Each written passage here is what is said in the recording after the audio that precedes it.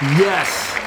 Welcome back to another, well, technically, welcome to the first episode of Crispy Collectibles. That's right, guys, I am back doing horror collectibles. And for my very first video, I'll be taking a look at Neca's Michael Myers from the classic sequel, Halloween 2 from 1981. Let's check it out.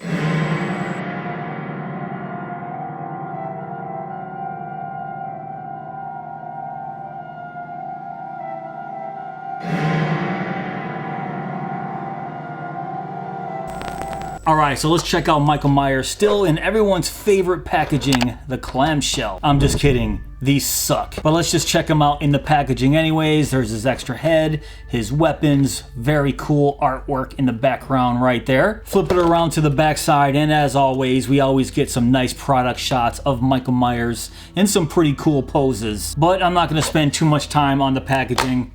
Let's take them out. Alright, so I took everything out of the package and I'll give you guys a nice quick look at Michael Myers from Halloween 2, 1981. Yes, he is 8 inches, and yes, he is a retro cloth figure. But we'll get into Michael Myers in just a few seconds. And as you guys can see, I took all the weapons out. We'll go over all of these later, his extra head here. But let's just take a look at this artwork. It is really stunning out of the package. Check that out. Usually when they're in blister packs like this, I throw away the packaging, but I like to keep the artwork. And I'm definitely keeping this one. Alright, so now let's get back to the main attraction. Let's check out the 8-inch Michael Myers figure. So like I already said, it is retro cloth, and I'm never a fan of these retro cloth series just because I feel like they just look too goofy on our favorite slashers. I'm much more of a fan of the sculpted clothes like you see in the Ultimate series. Very few retro cloth figures I'm a fan of. I'm still trying to figure out if I like this or not. I mean, realistically, he kind of looks like a scarecrow. I mean, look at his clothes right here, just how they're sewn together.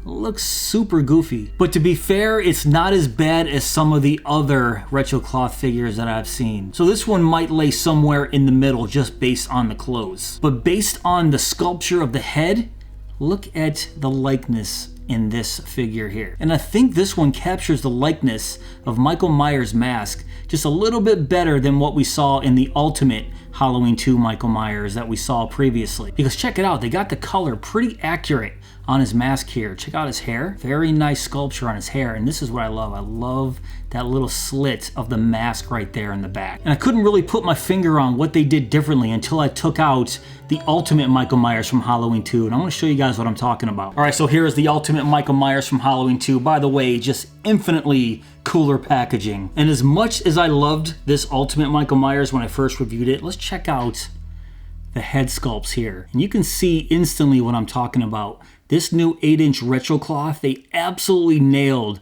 the look of Michael Myers. I mean, check it out from the side profile there. Looks great. I'll show you guys from the back and then back to the front again. So what do you guys think? Do you agree with me that they nailed the look of this Michael Myers in this new 8-inch retro cloth?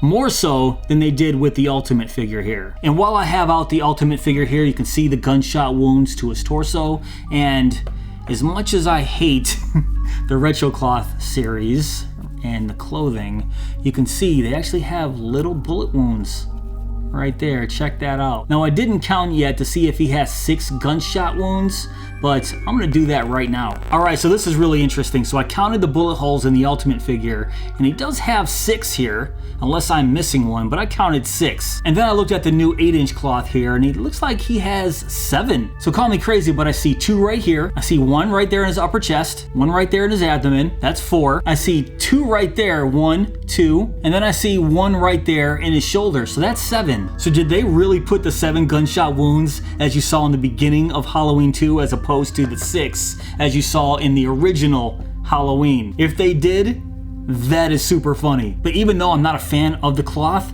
I actually do like how these bullet holes look in the actual cloth. This is cool. All right, let's take a look at his hands here. His hands are actually very highly detailed. Check that out. These are actually really nice. All right, now let's check out his boots here. Now, not the biggest fan of this, but it's not the biggest deal because we're never going to see this, especially if we have him posed up.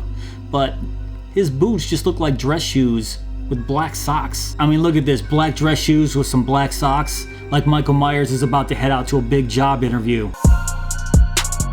I mean, other than that, the boots look okay. I mean, they're not exactly highly detailed, but they'll pass. And then on the bottom here, we do have our standard peg holes. And one thing I always like to do is lift up and just to see what kind of detail we have underneath the sleeves. And at least it's not that standard Ken doll look. We do have some muscle definition right there. And now one last thing, let's open up the chest and see if he has that Ken doll six-pack, which it does, but what the heck is this? Are these supposed to be his bullet wounds? This looks absolutely terrible. I get what Neca was going for, but I really think they could have left this horrible looking blood splatter off his chest here. All right, let's do this back up and let's talk about articulation. All right, let's start at the head here. So obviously we can do the Exorcist 360 head spin all the way around. And let's see if we can achieve that famous Michael Myers head tilt. Not so much.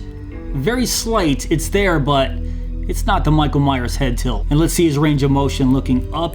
And it's about all I can get right there. And looking down, yeah, his range of motion in his head, it's not that great. All right, let's talk about the shoulders here. So we can do the Jesus pose with his shoulders, no problem. Put him back down, and I'm guessing we can spin him 360. Yeah, that's cool. We can spin him 360 even with the clothes on. There we go. Now let's check out his elbow bend. Does he have a double jointed elbow?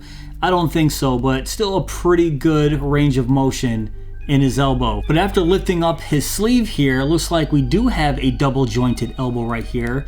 I just wasn't getting that much movement out of it, but yeah, double jointed elbow. Let's take a look at his right wrist here. So it looks like we can flip his wrist all the way around, and oh, check that out. We have a really nice hinge on his wrist here. And then check out the other side. I'm guessing it's gonna be the same thing. And yeah, look at that motion on his wrist. That's awesome. And then one last test with his shoulders. Looks like we can spin his shoulders completely around 360, but you can't do that at the forearm, just the shoulders. And now let's open this bad boy back up. We do have some upper waist articulation right here. So we have a nice little bend right here in the upper torso. So that's a bend forward, bend back. And I'm guessing, can we spin him all the way around? We could, I'm just not going to attempt it just because of his clothes. But there's no lower waist articulation. It looks like it goes directly into his legs. All right, now let's talk about those legs. So can we get a full split gymnast style from Michael Myers? And yeah, we can.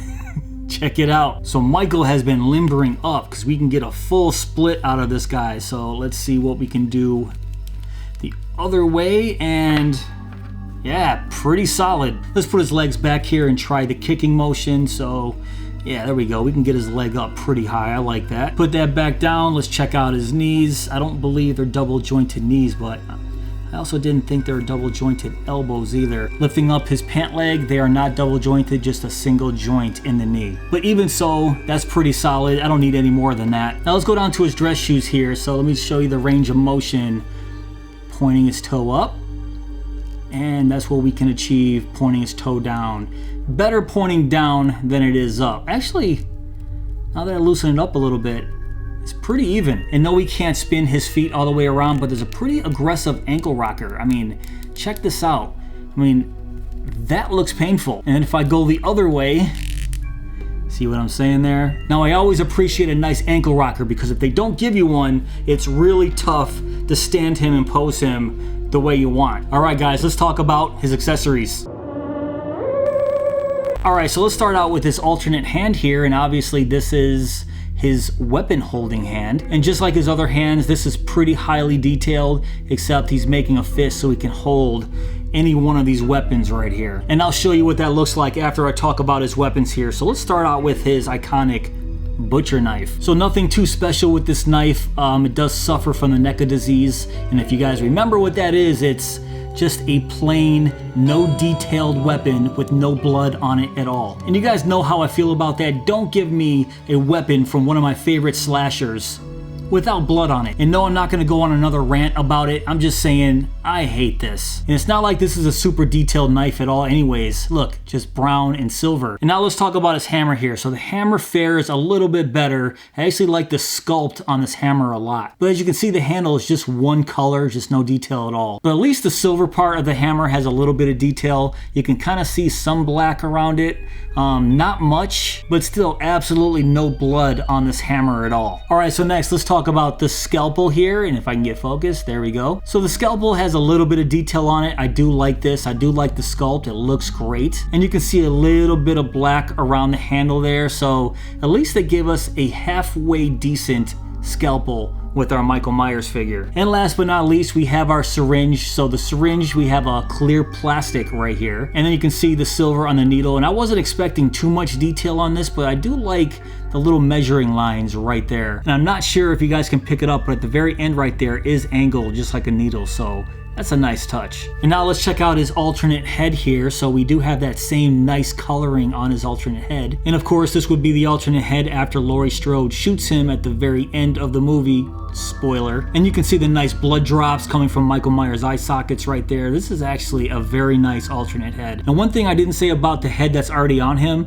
is I love how the eyes are blacked out here. That looks great. And let me show you what they look like side by side here. So both of the masks have blacked out eyes. I think that looks awesome. And check this out in the back. So you can see slight differences in the hair curls right here. So it makes me believe it's not the exact same sculpt. At least it's not the exact same hair sculpt that they used on both of these alternate heads. But looking at them straight on like this, they look very, very similar. All right, so I didn't change out his hand yet because I noticed that this hand is used to hold the scalpel. So that's what he looks like holding the scalpel. All right, so I did switch to his alternate hand to get the syringe in there, and I turned it around like he's gonna stab somebody. And check that out.